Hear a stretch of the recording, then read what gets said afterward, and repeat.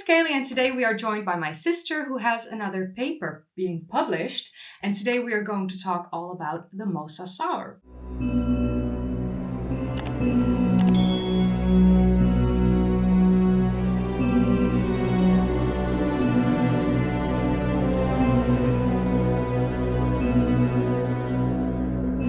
First of all, introduce yourself a little bit to the audience. So my name is Melanie During. I am Kayleigh's older sister. And I'm a vertebrate paleontologist. So I specialize in all things dead and big with a spinal column. Can you tell us about how the mosasaur tooth was discovered and what the significance of this find was? Absolutely. In 2022, I was not present. I actually got to know this crew the year after. So in 2022, people from the NDGS, so the North Dakota Geological Survey, held a dig.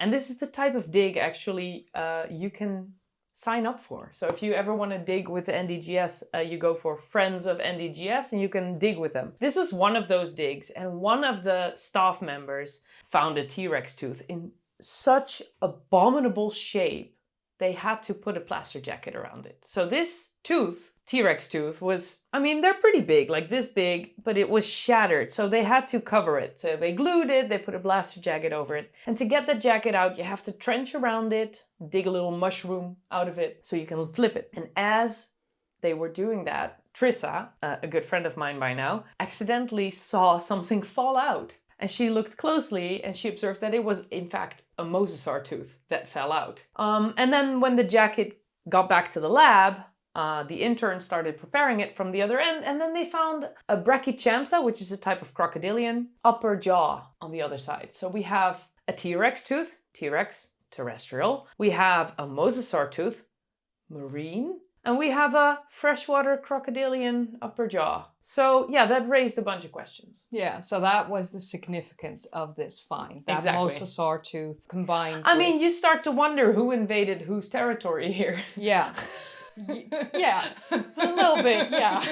So how are you able to determine that this mosasaur wasn't just a visitor to the river, or that the tooth hadn't simply, end up in the river? So for starters, the whole deposit, even though you could still see some sedimentology and stratigraphy inside the section where we were working, the whole block was displaced. So it actually comes from somewhere a little bit higher up and slumped downhill a little bit. All right. So we knew that there was some form of displacement. So we needed to first decide or find a way to define where they were found together. Does this mean they died together? And then, indeed, who invaded whose territory? Yeah. First of all, did they die together? So what we did stable isotope analysis on 3 different elements. So on carbon, oxygen, and strontium.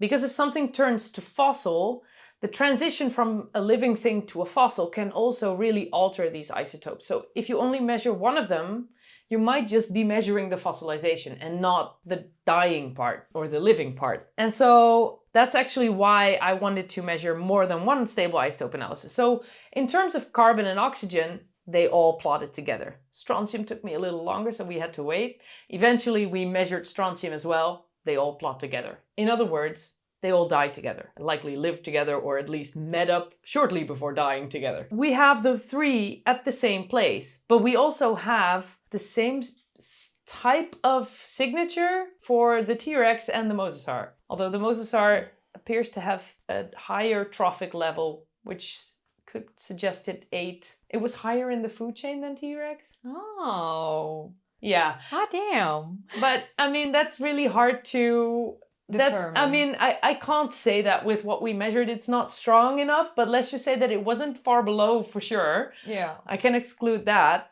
There's certain types of carbon fractionation that changes below water. If you dive very deep or for prolonged periods, it will change your carbon signature. But this is always expected to be in the negative end, and ours is incredibly positive. So, I mean, it looks like it could have nibbled on a hadrosaur. So yeah, we Damn. so either this T-Rex was just unfortunate and didn't eat very well, but yeah, that was noteworthy. But I mean, you want to know, is this just a fluke of these teeth? You want to compare it to something that you know is marine. But mosasaur teeth are very rare from this deposit and from the Hell Creek in general, because the Hell Creek Formation, I mean, you have to picture this. Just before the time of the Hell Creek Formation, so just before T-Rex dominated North America, we had a sea separating North America's west and east, the Western Interior Seaway. It had a gateway to the north, to the big ocean through Canada, and it had a gateway to the Gulf of Mexico. We don't exactly know when these closed. We don't exactly know when the Western Interior Seaway disappeared. There's a lot of debates about this, not too much existing evidence of this, because erosion is removing everything we need to analyze this. Yeah. But what I asked for was anything marine to compare it to, because you expect the mosasaur to be marine, and if I want to exclude it being marine, I need to test for everything marine. Yeah. So I got a bunch of ammonite fragments, I got a bunch of shark teeth, and I analyzed them too, and it literally was like, the sea is here, they're all here, just sort of adjacent, just not marine, but brackish at best. Yeah. And then all my mosasaur and Hell Creek material was like nowhere near marine, like so freshwater. Okay. Impossible to compare. So I asked again, is there any chance you've got like some older mosasaur teeth from when the Western Interior Seaway was still there, so I can compare it to that? Yeah, because I was wondering, like, how strange was it to find a mosasaur tooth in North Dakota? Strange. Very strange. Right? The previous find was the Bryan mosasaur, which is like the Bryan member, which used to be considered brackish, but since I've now measured it, we can say that it was freshwater, or at least over there. And they just have a bunch of bones of mosasaur from there. And that was the first Hell Creek age mosasaur. Because I was wondering, like, have there been more mosasaur specimen found there in North Dakota? You don't expect it when you look at like the map of America, and if you don't know much about everything that happened way back in the day. What really is crucial here is the age of the fossils. So North America has a ton of mosasaur fossils. Right. Not just North Dakota, Canada. I mean, several groups of mosasaurs have been named based on what they uncovered in North America. So, I mean, they are not rare there.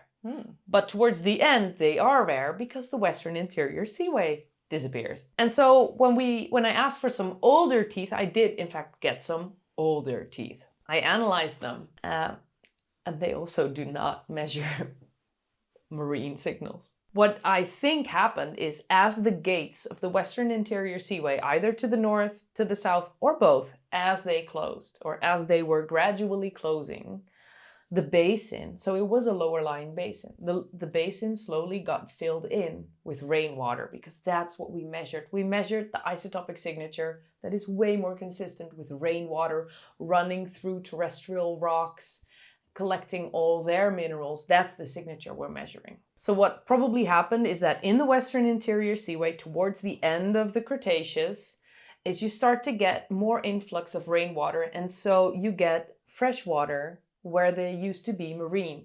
The marine, of course, doesn't go away, it doesn't vaporize, it's not light, it's actually heavy. So what happens when freshwater ends up on top of marine water, I'm looking at a Dutch girl, very close to the IJsselmeer, what happens? It stays above, it stays on top of it. So what happens is, just like the IJsselmeer or even the Baltic Sea, is we have underlying marine waters, so saline waters, with on top of that fresh water. And now I started to see a pattern in everything I measured. Everything that had gills, in other words, did not have to come up to breathe, measured brackish or marine. Everything that needed to come up to breathe measured freshwater. There was no reason for them to go that deep. That's amazing to be able to find that out. What is the significance of mosasaur for the Netherlands and for the Dutch people? Ooh.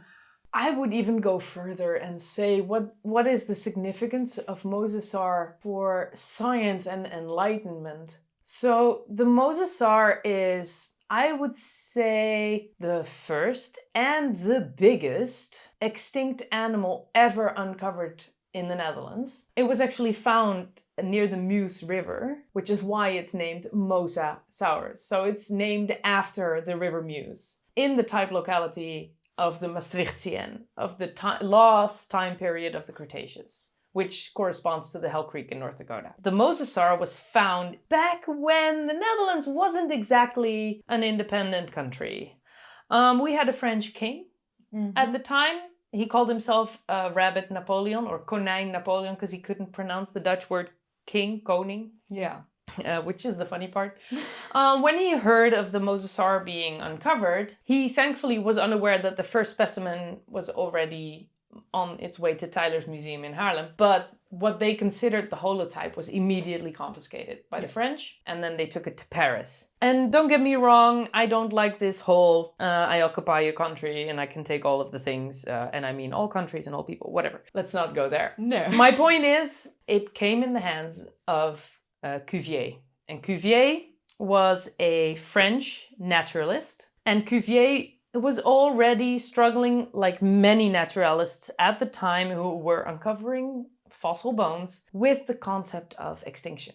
And now this is something you have to picture. Picture a world in which the concept of extinction is considered a hoax. I mean, they did not accept that extinction could be a thing. Yeah. But here we suddenly had a mosasaur that clearly could be 6, 7, 8, 11 meters in length, 15 meters in length, clearly in an area where clearly we humans have been living for a while and have never seen anything like that. Makes 1 no plus sense. 1 makes 2. Yeah. Things go extinct. Yeah. Mosasaur helped with the Enlightenment, with the realization.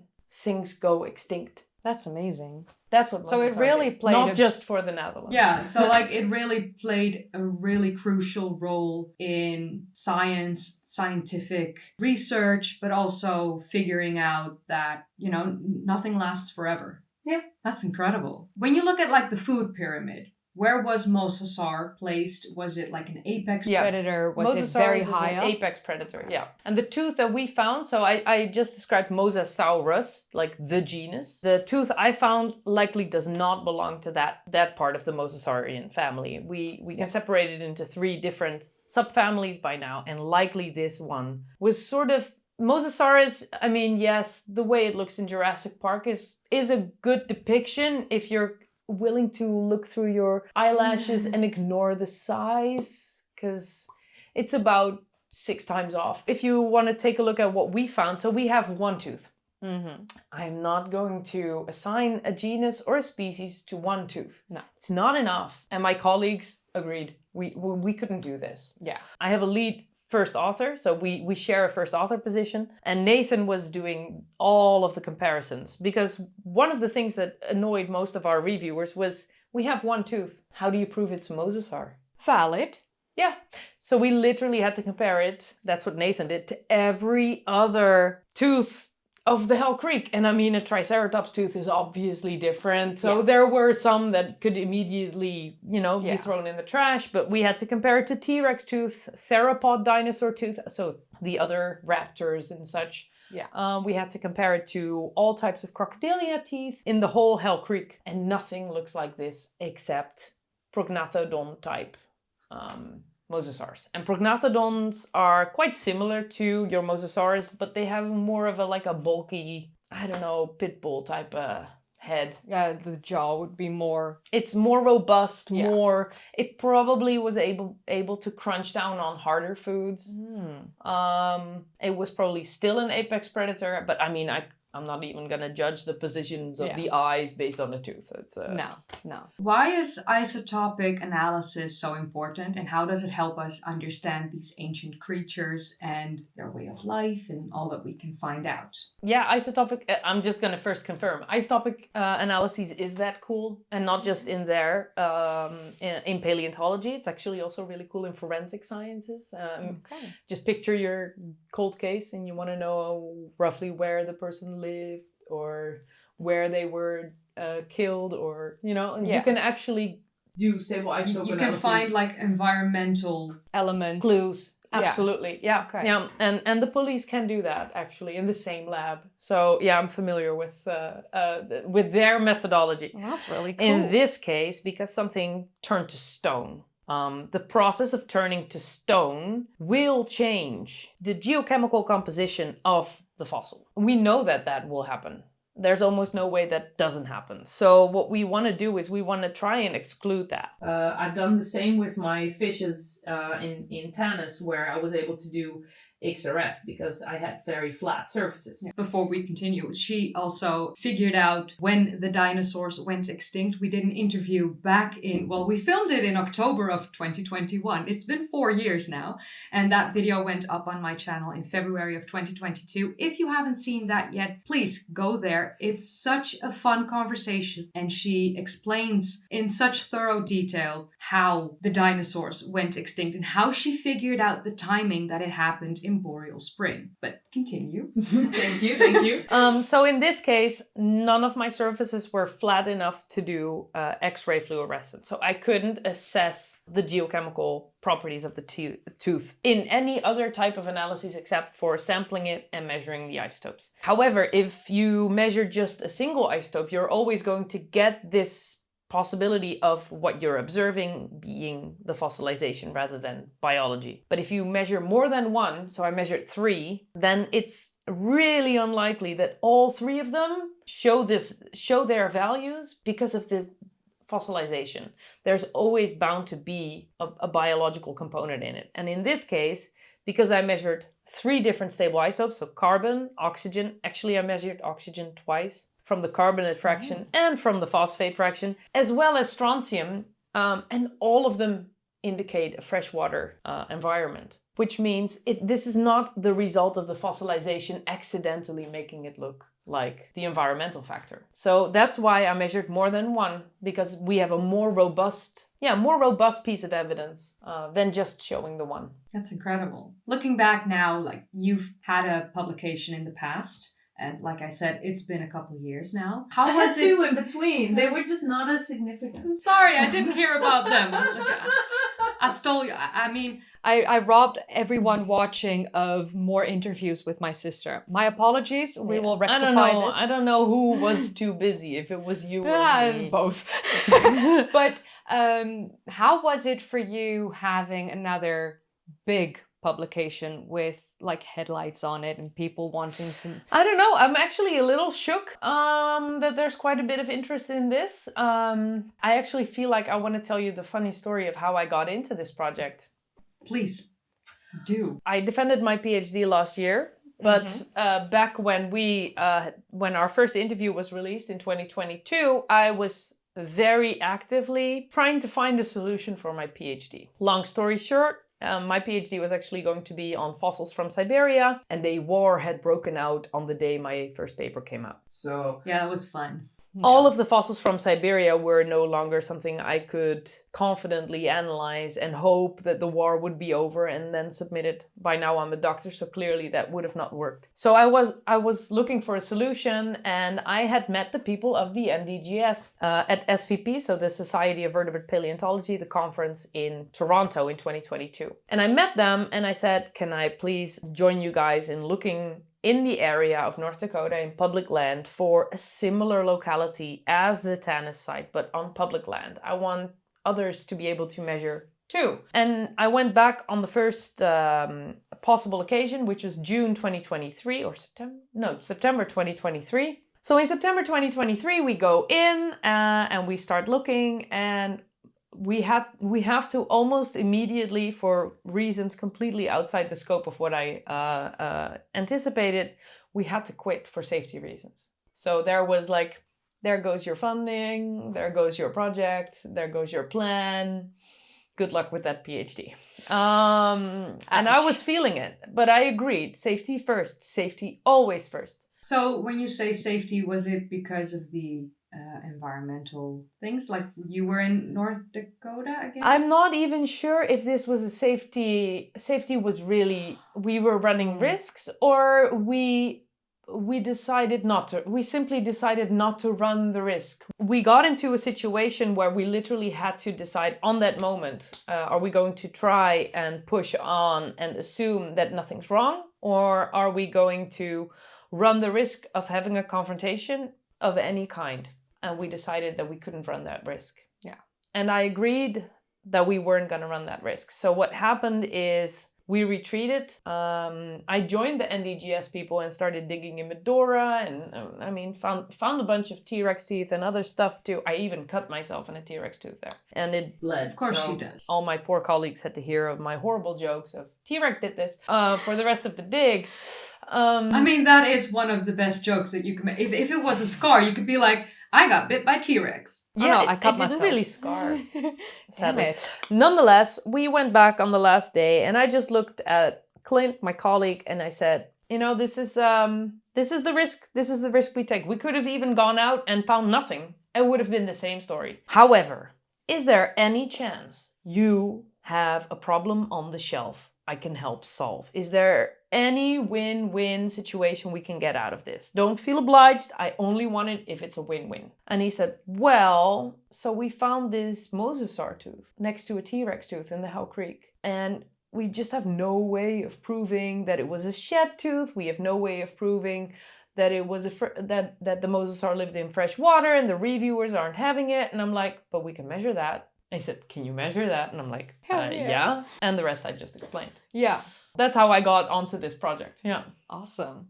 I'm really happy I asked for a win-win. No. But in all fairness, I never expected that this would be as sexy. But I think it comes down to what I just explained to you. Yeah. The fundamental importance of mosasaurs as a whole. Yeah. And then now knowing, because there were suggestions already. There was one study from North America that showed that older mosasaurs visited freshwater from time to time. Yeah. But that freshwater signal was only measured in the oxygen isotopes, and it was not as strong as in ours. Our signal is much stronger, and we have 2 other isotopes. So we don't have a suggestion, we have a confirmation. Yeah. And there was another one, a smaller one in Hungary, also looking like it could have lived in fresh water. Again, they only measured, in this case, I think it was strontium isotopes, but they couldn't confirm that it wasn't a visitor. And in this case, because I measured more than one mosasaur, and all of them show freshwater signals, we can say, not only did mosasaurs visit freshwater, we have to now account for the Hell Creek environment, not just having scary T-Rex on land, but also having scary things in the rivers. And it's not difficult for most marine animals to adapt to fresh water. Exactly. You've nailed it on the head. So the adaptation from freshwater to marine is incredibly significant because our bodies cannot handle the salt. We have to dispel of the salt. So that's why you see, for instance, marine iguanas, they shoot the salt out of their nose. It's very charming.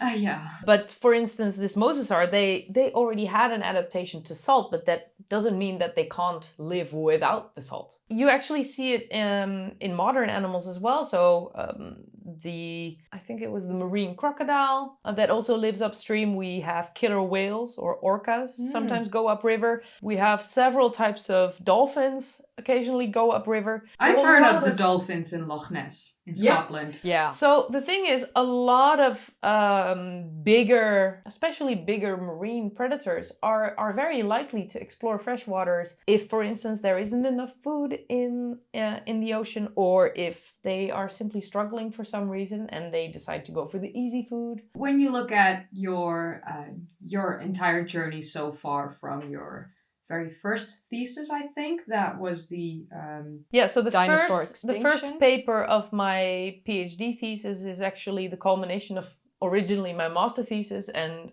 I've of course done a lot of work on it again in my PhD before it got published. But so that's the first paper of my PhD. The second paper is the description of the fishes from Tanis. Came out in 2023. I am not the lead author because fish have too many bones, and so Eric Hilton led that paper. Because he was way better at describing all of the different elements of these fishes. We did rewrite the evolution of the group a little bit because of that. So we're talking paddlefishes, sturgeons. It was always assumed that they had an evolutionary history going across the Atlantic, so through Europe to the Atlantic. We've now deduced that it has had to have been Pacific. Okay. So from Asia to America. Yeah.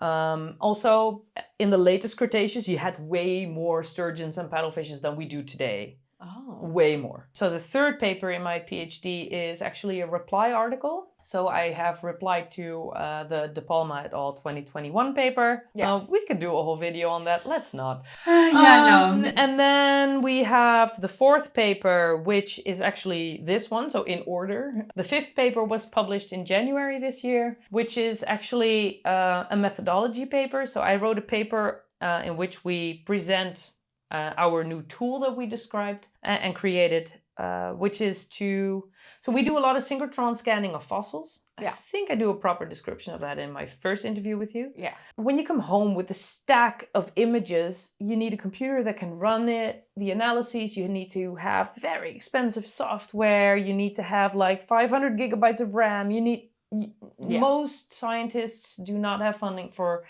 computers like that, software like that, and so it's a bit of it's gatekeeping, and it's not really helping the progression of science. So our tool is now, so we've created an it's called ML for paleo, machine learning for paleo. Okay. And so we developed a machine learning tool which automates the segmentation of these scans. So you train a few slides and then it can just run for you and you can correct, which is actually something I prefer over most of the software we had up to that point, which is like you do all this work to train it and then it comes out like nothing you wanted and then you have to start over. Yeah. And in this case, you can just revise. You can even be lazy and just do one and say train. And then correction, train again. Correction, train again. Yeah. So it's a lot smoother in that sense. And it's browser based. Oh. Your computer is not doing the heavy lifting. Oh, but that's good. That makes it available to like all scientists that need it. Exactly. That's amazing. Yeah. So that came out in January. So when you look at your very near future, do you have things on the horizon? You may not be able to talk about it, but at least it depends on how you define the horizon, because pretty much every attempt I have made in my search of finding a similar location as Tanis in North Dakota has resulted in one of the team members, including myself, accidentally tripping over things that were big and sticking out of the ground and called fossils. And in some cases, some of them are significantly interesting. And I will have to go back. So when in terms of the horizon, if it's like ground level, yes, things are poking out of the horizon. Do I know enough already to tell you about it? No. But is it reason for me to keep getting funding and going back? Absolutely. So we might expect some more stuff from North Dakota at the hands of Melanie. Yeah, but typically there's like a 3 to 5 years delay between finding and describing. Of course. I mean, it takes a couple of years. Even with archaeology, and when it's something like small or simple, even that can take a couple of years. The more so. significant the find, the longer it will take. Yes, absolutely. Yeah. But I'm excited to see what the future will bring. And of course, whenever there's something, you will be back on the channel. Again, apologies for the fact that I didn't have her for the 2 other papers. You can shoot me in the comments. It's fine. I can handle it. But from now on, I will make sure that she will get all the limelight that she deserves. There's no need for Kayleigh to apologize. I don't have time to do a video for every paper. I'm afraid. I know. And you lived in Sweden for a while, and finally she lives in the Netherlands again. Holy hell. I can actually hop in my car and drive to her. That had not been possible for a number of years. So, I mean, very happy to have her back in the Netherlands. She lives on the other side of the IJsselmeer. So, I mean, we have a lake between us and it's quite big. But then again, we have the dike, the Afsluitdijk, that connects us, and we live about an hour away from each other now, which is very different compared to me having to go to Schiphol airport, get on a plane, fly for about 2.5 hours, land near Uppsala, have her pick me up, and then have her drive me to her home. Because, that's a whole day. In a blizzard. In a blizzard. She picked me up and it was a blizzard and it was not a great day, but she drove fantastically. And then my windscreen wiper fluid ran out. Yeah. I'll never forget. Oh my God. We've we've been through the things. I mean, we're sisters. We can handle things from Absolutely. each other. So No, but it's way more fun to be able to come over like this. yeah, thank you so much for joining us, telling all my viewers about your latest publication. I'm excited for the future. I'm mostly excited to have you back on the channel again. Oh, thanks. And I will promise you'll see her again soon. Like, soon is relative when we talk about history and paleontology, so like, it could be another 4 or 5 years, but still, soon. And if you enjoyed watching, then don't forget to give this video a thumbs up, subscribe if you'd like to see more of these kind of videos, and click that bell icon if you want to be notified whenever I upload. If you haven't seen my previous videos, especially, you know, the interview we already did a couple years ago, click the card in the upper right corner or click one of the links in the description down below or click a video in the end card. We also would like to say a massive thank you to the patrons and the channel members. Thank you so much for supporting me, and I will see you in the next video. All right, bye. I love how you said that you're excited about the future. Yeah, Because I'm excited about the past. Oh shit, yeah. You'd think.